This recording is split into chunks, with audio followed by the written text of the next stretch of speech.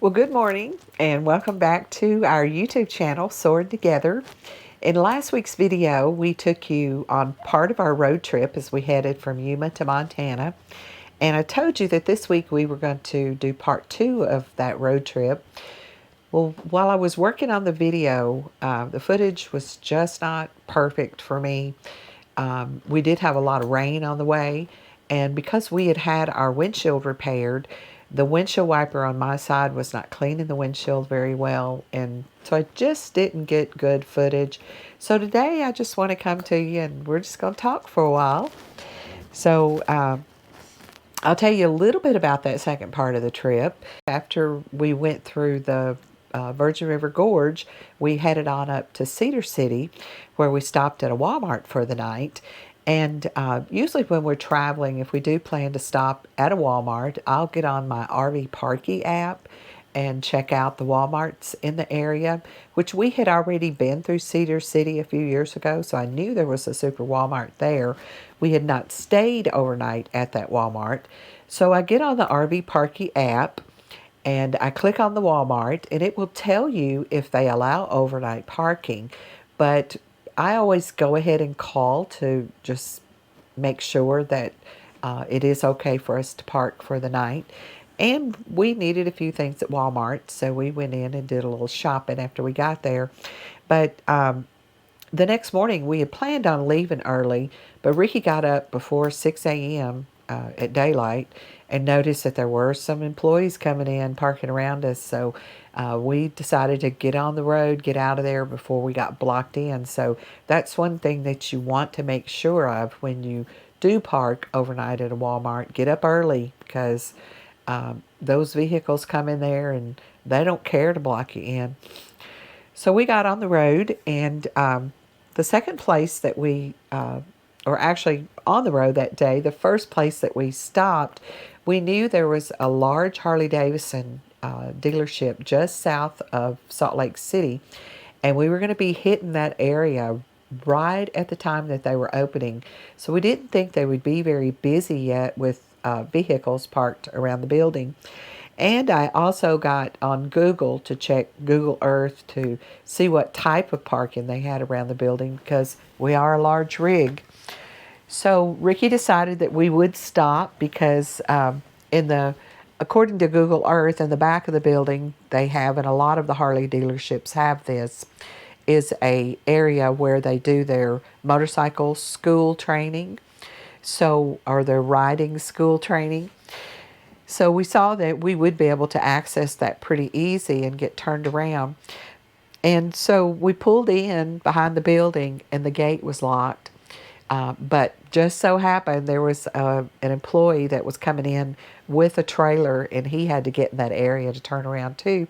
So he let us go back there and park for just a few minutes, and we went inside the store. It's a huge Harley-Davidson store, and we bought my poker chips and just shopped around for a little while. And they do have a bar and grill inside. They have a barber shop. So a lot of the larger Harley dealerships are doing those two things, but not a lot of them have both of them. But it was a very nice Harley dealership. They had lots of Harleys on the floor for sale. And I did notice they had a sign that if you purchased the Harley from them, they would deliver it to you for free. So keep that in mind. I'm not for sure that all Harley dealerships do that. And there may be a hidden cost in there that covers their part of that anyway. But we did spend a few minutes there. And then we got back on the road and headed on up through Salt Lake City and through Utah and on into Idaho and up into Montana. It's good this way. Nothing coming. There's a train down there. I don't know if it's holding somebody or not. Stood the traffic light. So we stopped at the Harley store.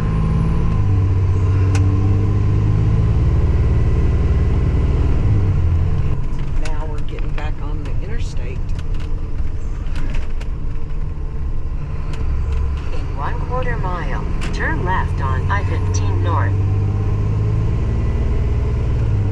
That was a big hardware store. They had a restaurant and a barber shop. It's 47 degrees. A little bit different than in Yuma. Gonna be different for a few months. It's gonna be cold in Montana when we get up there.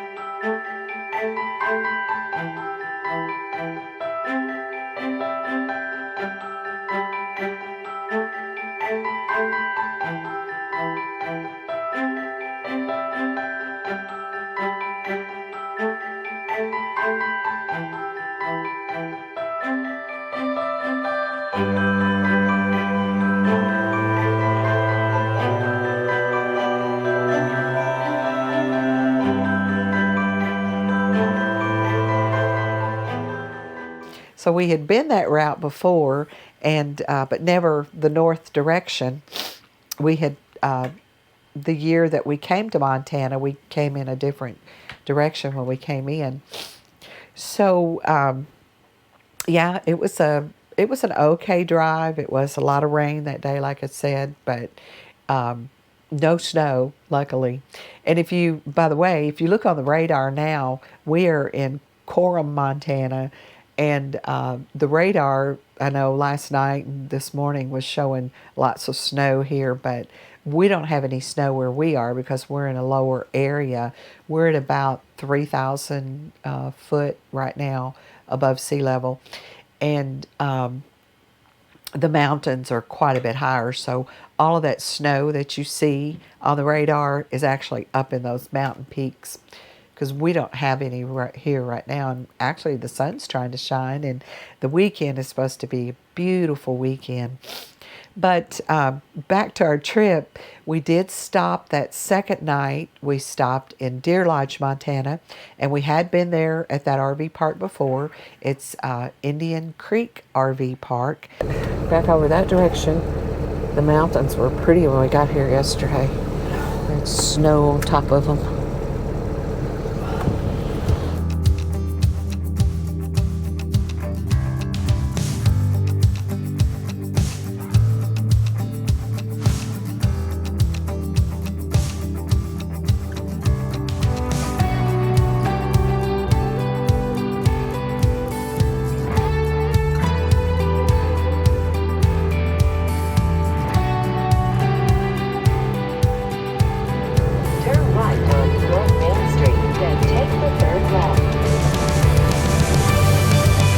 I guess you would say we're creatures of habit, so when we're traveling, if we've stopped at a place before and it's going to work out on our route, we generally try to stop at the same places.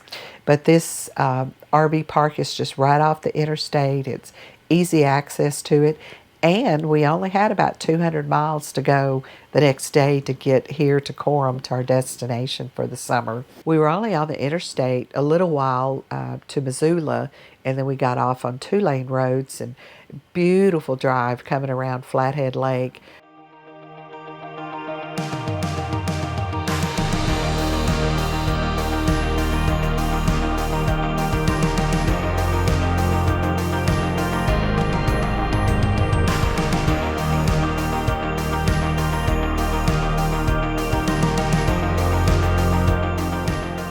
But again, like I said, it was drizzling rain and I didn't get really good footage. So just wanted today mainly just to come to you and talk with you and just kind of verbally share the rest of that trip with you. Didn't want to bore you with all that rainy drive. And so next week I do plan on doing one more video. When we were wintering in Yuma, Ricky and I for a few days decided to go into California. So we left our rig there at the Carefree Village Resort where we were for the winter, and we rode the motorcycle over to Desert Palms and also to Palm Springs. So next week I'm going to try to get that video together for you.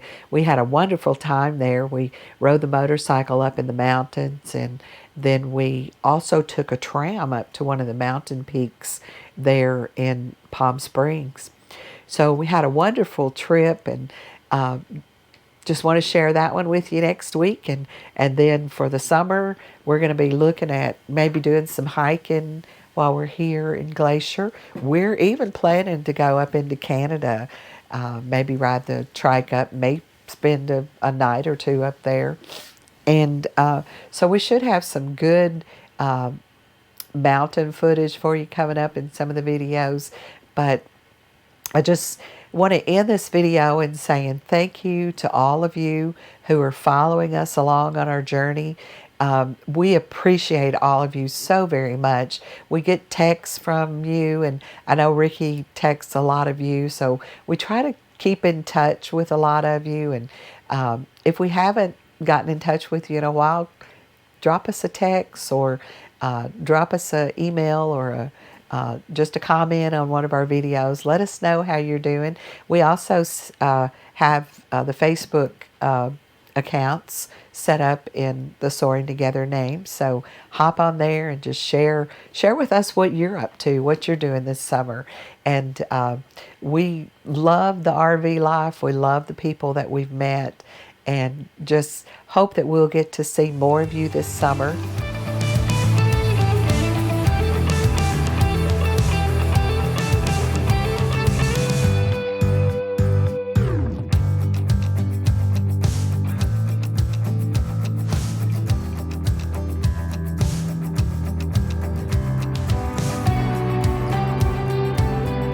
Want to again say thank you for following us along on this journey as Ricky and I are soaring together and living life in different places. Right now, we're in Glacier, Montana for the summer.